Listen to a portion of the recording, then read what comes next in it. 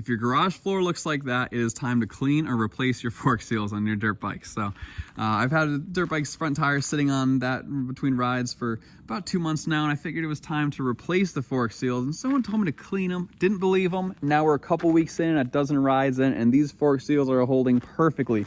We went from dripping, you know, a drip every couple hours to being completely dry for a few weeks. So I'm gonna show you a video. This is for a Honda 250L. This specific one's a 2015. And the tool dimensions and stuff will be for that, but this should be pretty universal for the concept. But again, you know, the size of Allen keys and stuff is for a Honda 250L. So we'll start with taking these front, and also, I didn't use any chemicals on this, and if you don't feel competent working on dirt bikes, don't do this yourself. Bring it to a shop. But I'm going to show you how I did this. This isn't a tutorial on how you should do it, but this is how I did it. So for this Honda 250, there's 3 5mm Allen keys. One there, which was kind of hard to get to. This one right here, which again is like hand tightened. And then another one right there that was really easy to get to, like my magnetic tray. And then these 8mm sockets, or bolts I should say. I use an 8mm socket. You could use a ratcheting wrench or a wrench or anything. It might actually be kind of hard with this location.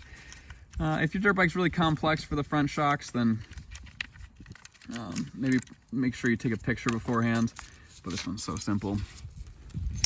Now, one big thing is that if your fluid leaks onto your rotor, anything, caliper, any front braking assemblies, it's gonna work. Brakes are gonna be awful, and that's how mine were. And I had to clean them up super well. So be super cautious. If the fork seals on this side's leaking, it's gonna go over there. The other side is the same for taking the front shroud off, but it is obviously the brake line is not in there. Now this is the part that could be kind of difficult. You want to be super cautious. You want to find in the seam, you want to stick a small flathead screwdriver or a pick set, or however you feel comfortable, or however I feel comfortable. As I said, this is how I did it. I feel pretty comfortable with a flathead screwdriver to go around and slowly pull this out. It's coming out extremely easy. And just, you never want to touch this or this. So you do not want to scratch these. It will be the reason your bike leaks. And that was probably the worst sound I've ever made while doing this, because I'm really trying to do it with one hand. That popped off really easy. And then I cleaned this up completely with a paper towel, made sure I got all the oil off. I wear gloves. I recommend wearing gloves. I don't like anything on my hands at all. And you shouldn't either. Now here's the tool that I made.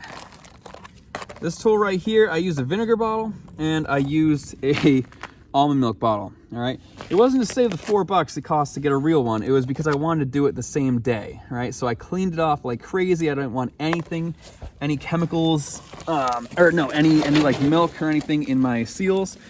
So I cleaned it off. You want some sort of hook, and you're basically gonna floss, right?